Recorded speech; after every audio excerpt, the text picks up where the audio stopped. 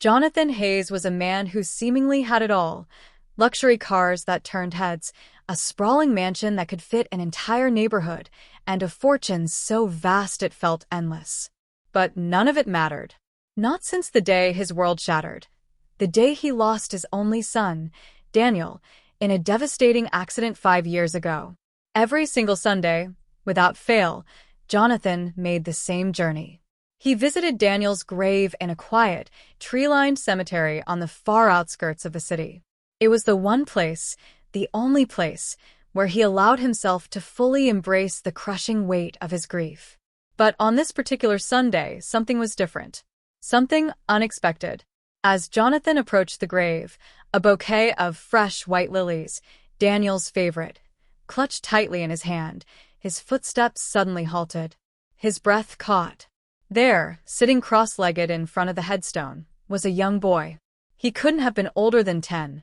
His clothes were worn and tattered, his small face smudged with dirt, and his hair was an unkempt mess. He looked like he had been living on the streets, alone, struggling, surviving. Jonathan's grip on the bouquet tightened. His body tensed. Who was this boy? And why, of all places, was he here, at Daniel's grave? The cemetery was private. Strangers never just wandered in. Clearing his throat, Jonathan's voice cut through the stillness, sharp, firm, yet tinged with curiosity. "Hey, kid, what are you doing here?" At the sound of his voice, the boy's head snapped up. His wide eyes held a strange mix of fear and defiance. For a long, stretched-out moment, the two of them just stared at each other. Jonathan, tall and imposing in his tailored suit, and the boy, small, fragile, but with something undeniable in his gaze. A spark of resilience. Then, without a single word, the boy scrambled to his feet and bolted. He ran, disappearing into the thick woods that bordered the cemetery, gone in an instant. Jonathan stood frozen, his heart pounding. The lilies slipped from his grasp, falling forgotten to the ground. His mind raced, not just from the shock of the sudden encounter, but from the endless flood of questions that stormed into his head. Who was that boy? Why had he been at Daniel's grave? And why had he run away the moment their eyes met? That night, sleep refused to come. No matter how much Jonathan tossed and turned, the image of the boy haunted him. His thin frame, his ragged clothes, and those piercing eyes. There was something about him. Something familiar.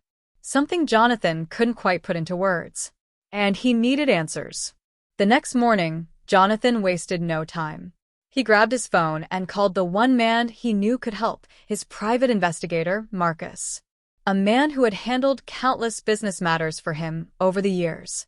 "I need you to find someone," Jonathan said, his tone firm, unwavering. "A boy. About 10 years old. He was at my son's grave yesterday. I want to know who he is and where he came from." Marcus, ever professional, didn't ask why. He simply nodded and got to work. Days passed. Jonathan's impatience grew with every hour that ticked by. He couldn't focus on anything, not his business meetings, not his daily routines. His mind was consumed by that boy. The mystery of him.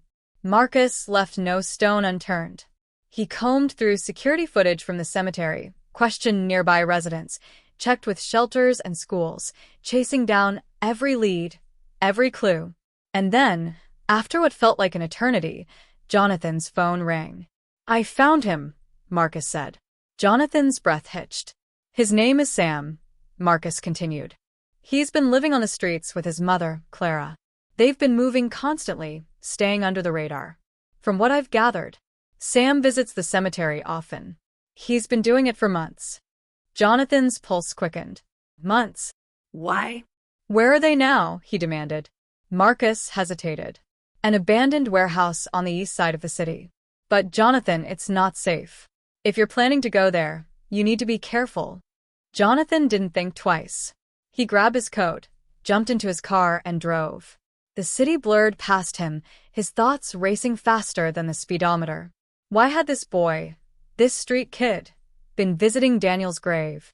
What connection did he have to his son? And why had his mother, Clara, been hiding all this time? When Jonathan finally pulled up in front of the warehouse, the sight of it made his stomach twist. The building was a crumbling ruin, its windows shattered, its walls covered in graffiti, the entire place screaming of neglect and despair. Steeling himself, he stepped inside. His polished shoes crunched on broken glass. The air was damp, cold. Somewhere in the distance, water dripped, the sound echoing eerily in the vast emptiness. He took a breath. Then, steadying his voice, he called out, "Hello? Is anyone here?" For a long moment, silence. Then movement. From the shadows, a small figure emerged. Sam. Up close, he looked even more fragile. His clothes hung loosely on his thin frame, his face pale beneath the layers of dirt. But his eyes, those eyes, held something fierce. Jonathan took a step forward. "Who are you?" Sam asked, his voice barely above a whisper. Jonathan hesitated. Then, with quiet honesty, he answered, "I'm Jonathan Hayes, Daniel's father." A pause. Then softer. "I saw you at his grave. Can you tell me, why were you there?" Sam didn't speak. He hesitated, glancing over his shoulder. And from the darkness, a second figure appeared. A woman. She was thin, weary. Lines of hardship carved into her face. But in her eyes, Jonathan saw something else, something strong. "I'm Clara," she said, her voice steady but cautious. "Sam's mother." Jonathan frowned. Confusion twisted in his chest. Why were you at Daniel's grave?" Clara swallowed, her hands trembling slightly as she took a deep breath. "Because," she whispered, "Daniel was Sam's brother." The words hit Jonathan like a physical blow. His mind reeled, his breath caught in his throat. "No. That wasn't possible." "What are you talking about?" he demanded, his voice raw with disbelief. "Daniel was my only son. He didn't have any siblings." Clara's eyes filled with tears. "Daniel didn't know," she said softly. "I was pregnant when he died. I never got the chance to tell him." The world tilted. The air felt too thick, too heavy. Jonathan looked at Sam again, really looked. And suddenly he saw it. The familiar features, the echoes of Daniel in the boy's face. It was like staring into a ghost, a living, breathing reminder of the son he had lost. His heart pounded. His thoughts spun. Daniel had a brother. And Sam was his grandson. His chest ached with the weight of it all. "Why didn't you tell me?" he whispered, his voice barely holding back the storm of emotions. "All these years. I didn't know. I could have helped you. I could have been there for him." Clara lowered her head, her fingers tightening into fists. And in that moment, Jonathan knew his life would never be the same again. Clara let out a shaky breath, her hands twisting together in her lap. "I was scared," she admitted, her voice barely above a whisper. "After Daniel died, I didn't know what to do. I had no one, no family, no support. And you." She hesitated, looking up at Jonathan with wary eyes. "You were so distant, even before the accident. I convinced myself you wouldn't believe me, that you'd think I was lying, just trying to take advantage of your wealth." Jonathan's chest tightened at her words. A sharp, aching guilt settled deep inside him. She wasn't wrong. He had been distant, too consumed with his empire, his relentless pursuit of success, to notice the people who truly mattered. And now, because of that blind ambition, his own grandson had grown up in poverty, without him, without the family he should have had. A soft voice suddenly broke the silence. "Are you really my grandpa?" Jonathan's breath caught. He turned to Sam, the boy's small face filled with curiosity, uncertainty. For a moment, Jonathan just stared, this child, his grandson, looking at him like he was trying to figure out if he was real. Slowly, Jonathan lowered himself to one knee, so he was eye level with the boy. "Yes, Sam," he said gently, his voice thick with emotion. "I am. And I'm so sorry that I didn't know about you sooner." Sam studied him carefully, as if searching for the truth in his face. Then, after a moment, he gave a small, slow nod. "It's okay," he said quietly. "Mom says you didn't know." His voice wavered, then he added, "But are you going to help us now?" Jonathan felt a lump form in his throat. He reached out, placing a reassuring hand on Sam's thin shoulder. His touch was light, careful. He wasn't sure if the boy would pull away. "Yes, Sam," he promised, his voice firm. "I am going to help you. Both of you. You don't have to live like this anymore." Clara took a hesitant step forward, her expression a mix of relief and hesitation. "Jonathan," she started, her voice steady but cautious. "I don't want your money. I just want Sam to have a better life. That's all I've ever wanted." Jonathan straightened up, looking at her with quiet determination. "And he will have a better life," he said. "But not just because of money." He exhaled, glancing down at Sam, then back at Clara. "Because he's family. And family takes care of each other." A new beginning. Over the next few days, Jonathan worked quickly. He made sure Clara and Sam had a safe place to stay, arranging for them to move into a small but comfortable apartment near his home. He hired a tutor for Sam, ensuring he could catch up on school, and even helped Clara find a stable job. But it wasn't just about giving them financial stability. Jonathan made a conscious effort to be there. He spent time with Sam, getting to know him, hearing his thoughts, learning about the little things that made him smile. He listened as Clara told him about the years she had spent struggling, about the times she nearly gave up but kept going for Sam.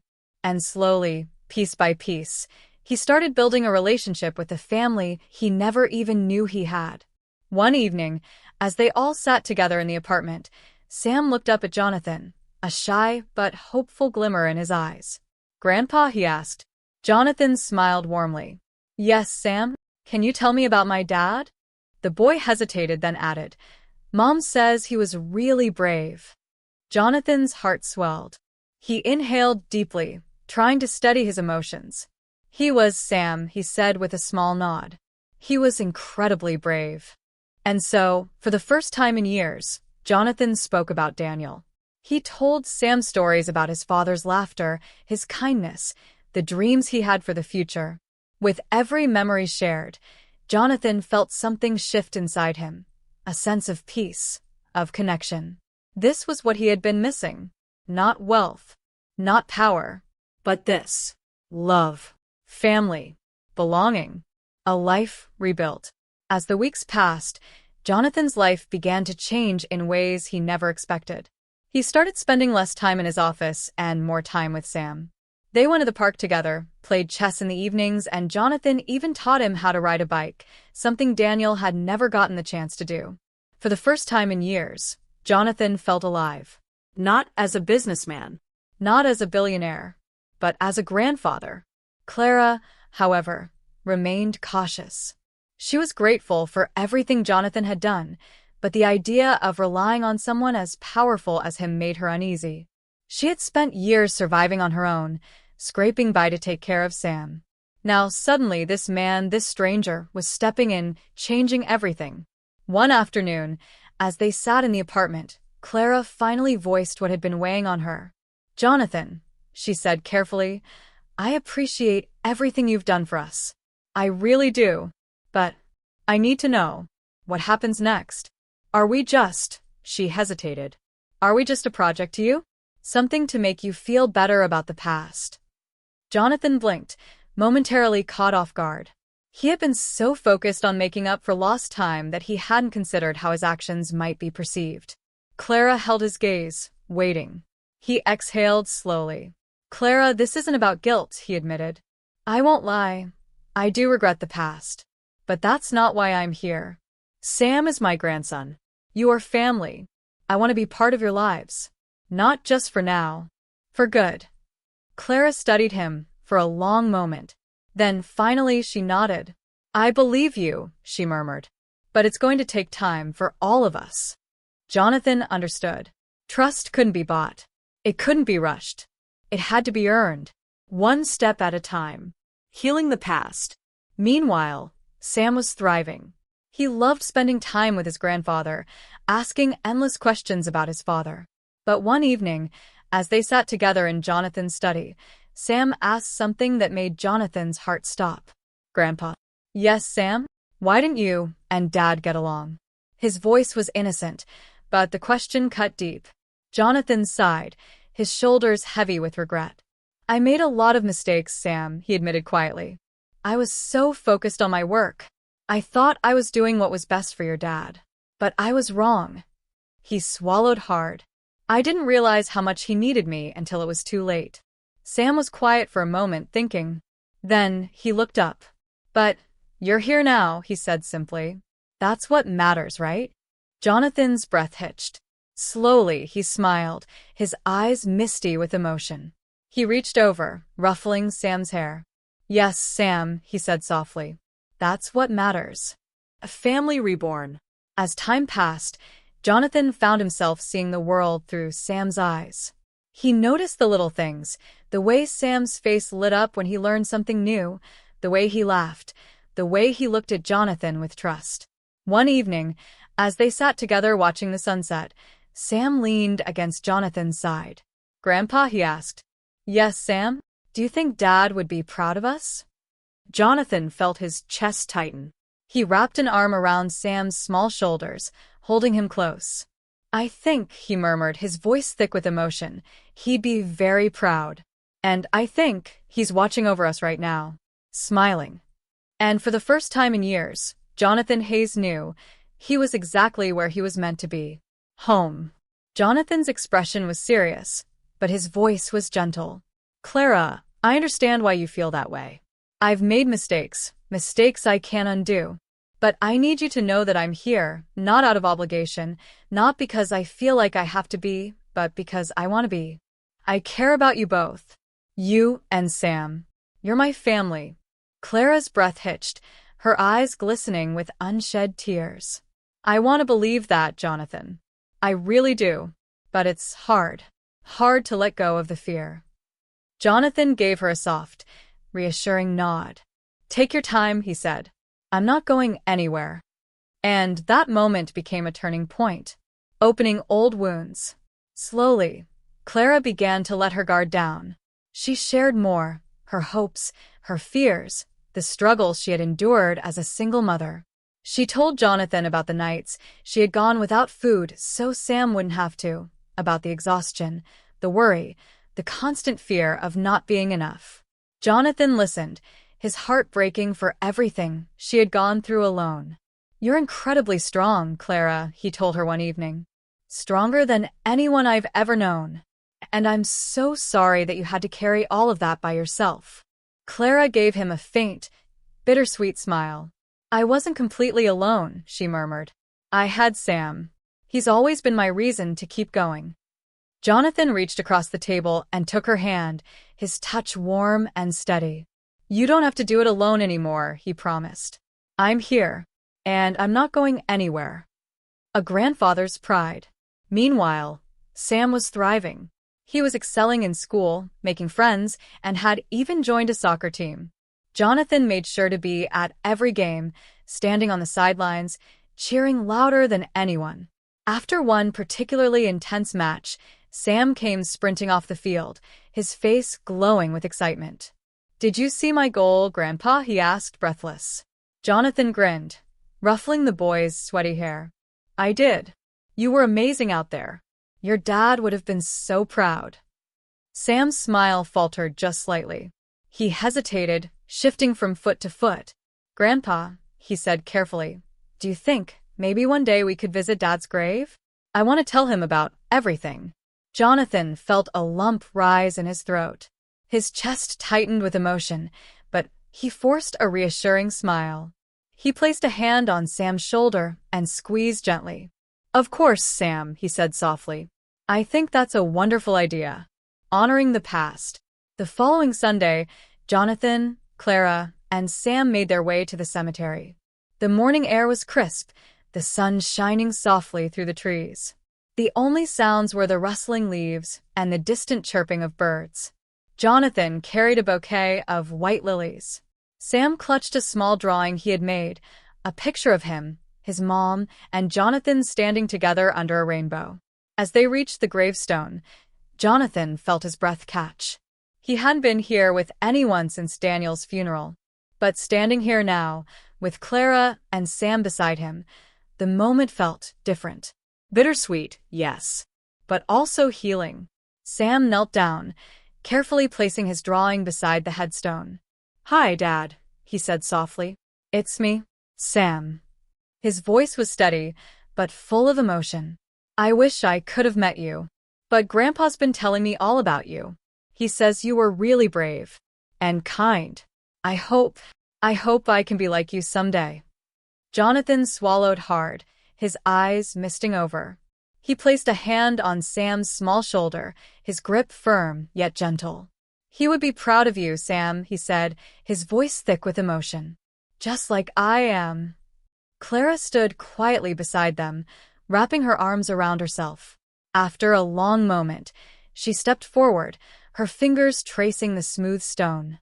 "Daniel," she whispered, "I wish you could see how much your son has grown. He's so much like you."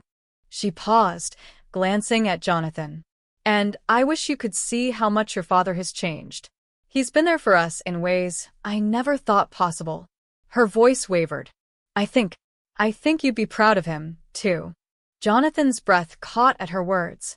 He had carried the weight of his regrets for so many years. But in that moment, something shifted.